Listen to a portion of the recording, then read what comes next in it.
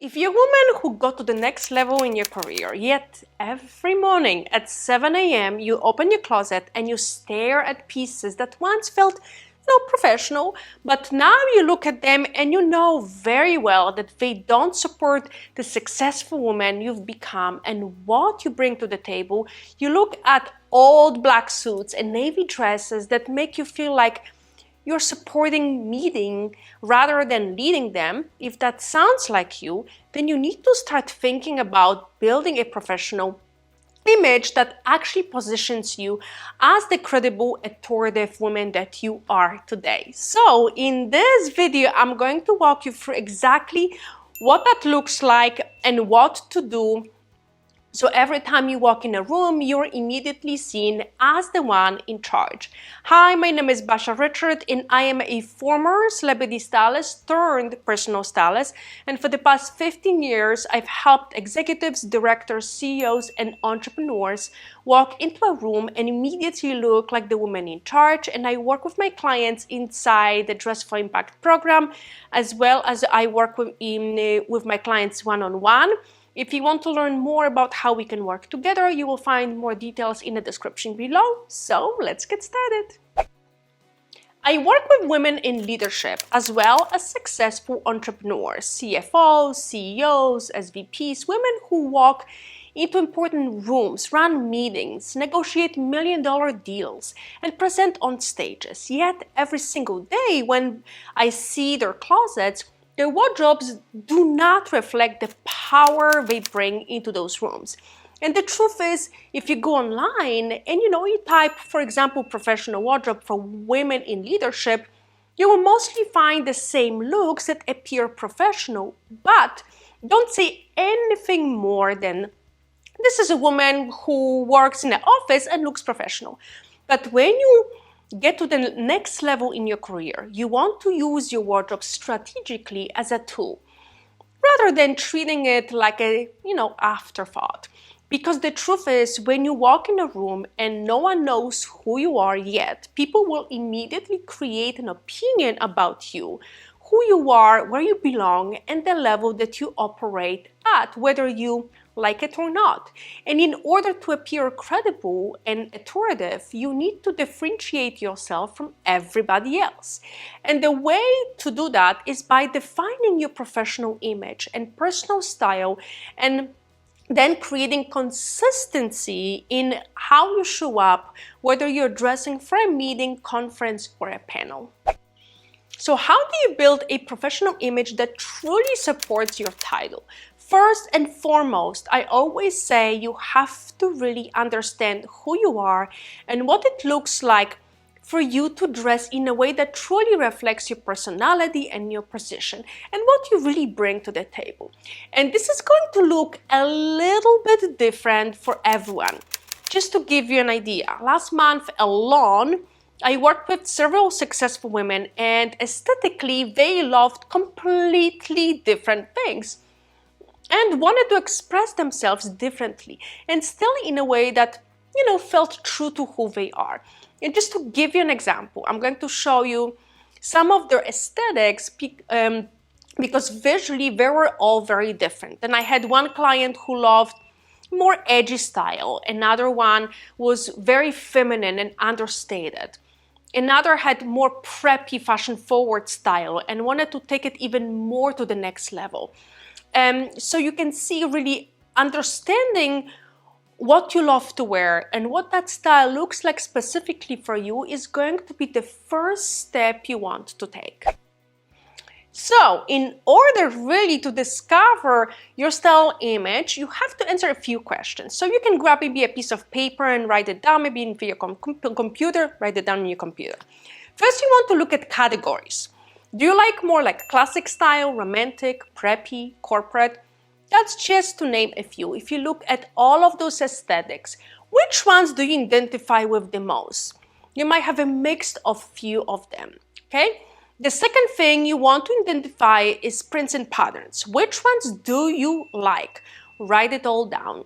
Is it polka dots, houndstooth, plaid, geometric prints, florals? You might like all of them, okay? Now, when it comes to silhouettes, which ones do you absolutely love? Do you like more feminine silhouettes with like puffy sleeves, ruffles, or do you like more classic silhouettes? For example, like button-up shirts and classic crew necks. Now next, are there any details they absolutely love? So for example, piping, rhinestones, specific colors, or naturally gravitate towards like all those different things. We really define you, your brand, and what will become part of your aesthetics and how you differentiate yourself from everybody else. Now, what you want to do next is to take everything that you have written down and create a mood board, something similar to what I'm going to show you in a moment. So you have a visual representation on what this image moving forward is going to look like and who you are when it comes to your clothes. And again, this is going to look a little bit different for everyone because moving forward, there are two things that you want. Number one, a very specific point of view when it comes to your image. Number two, consistency, because the last thing you want to do is to default to traditional business attire or like, the professional attire that visually puts you on the same level as employees who might be 3 or 4 promotions below you. Now that you have a more clear idea of what this image really looks like, we have to identify what your actual lifestyle looks like and what you really do day to day. Because a lot of times when I speak to women over DMs or through emails, I hear things like, I want to build a capsule wardrobe so I can easily mix and match everything in my closet. But to be honest, at your level, capsule wardrobe is not really the goal.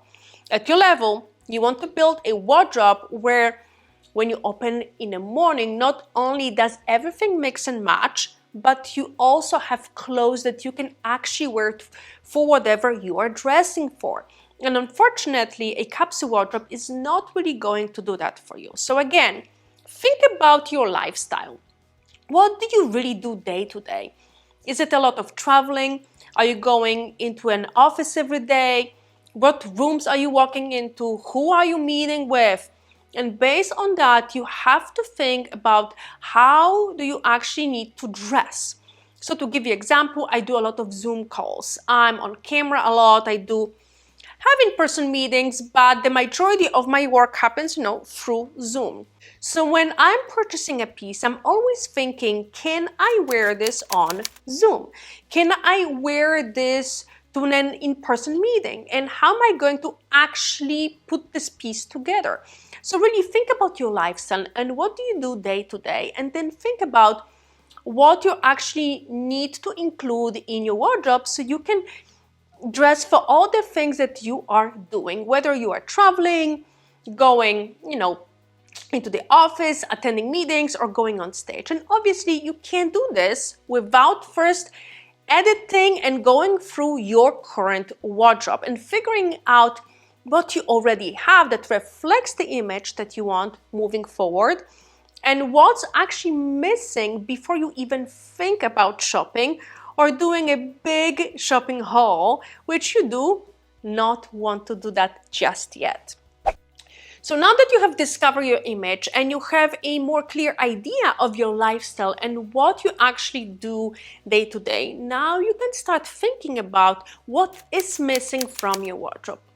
But this needs to be done, I'll always say, from like a holistic perspective. So what I would do is really write down a list of things you might be missing. And this is exactly what I do with all my clients, whether they are working with me inside the Dress for Impact program or one-on-one. Before we do any shopping, we first have to create really a list of what's actually missing from the wardrobe. And how do you really figure out what you're missing? Well, your wardrobe should really have, I always say, 2 different types of pieces in your closet, okay? So number 1, foundational pieces, which are your like basics. So everything from neutral tops, classic blazers, pants, slacks, skirts, pieces that are really the foundation of your closet, and without them you can't really actually build outfits. Now, the second category is statement pieces. These are pieces that have color, texture, prints, or interesting details. This can be printed blouses, printed blazers, tops with interesting details, plus accessories, obviously. So when you look at your wardrobe and your lifestyle, you'll be able to determine whether your closet is missing more foundational pieces or more statement pieces, because if you have too many foundational pieces, your wardrobe is probably going to start feeling very generic and, understated. On the other hand, if you have too many statement pieces, what I call pieces sort of like on steroids, meaning too many colors, patterns, textures, and details, then you're probably going to have a hard time putting outfits together because everything is competing with each other. So before you start shopping, it's really important to look at your closet and ask yourself, can I actually put outfits together? If yes, what are those outfits? And if not, what is really missing? Is it more foundational pieces or more statement pieces that truly reflect my image and personal style?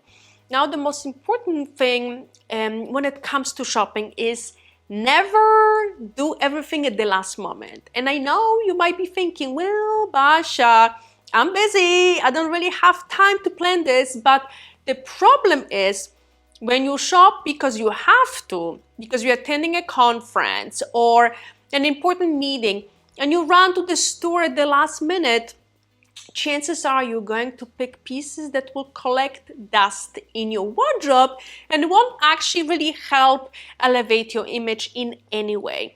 Or you will buy pieces and then have no idea what to wear them with. Not only are you wasting time and money, but most likely you are going to, default to what feels safe and generic, which is exactly what you've been wearing this whole time. So really making a list of what's missing and slowly adding those pieces over time is the most strategic and easiest way to start building a wardrobe that will really actually last you a really long time. So now you know how to build your professional image the right way So now you know exactly how to build your professional image the right way if you're a woman in leadership or entrepreneurship. If you want to learn more, I have a free elevated work style guide. I'm going to find it in the description below. Also, don't forget to subscribe and hit the bell to get notified when I post a new video, which is every Wednesday. Thanks so much for watching, and I will see you next week.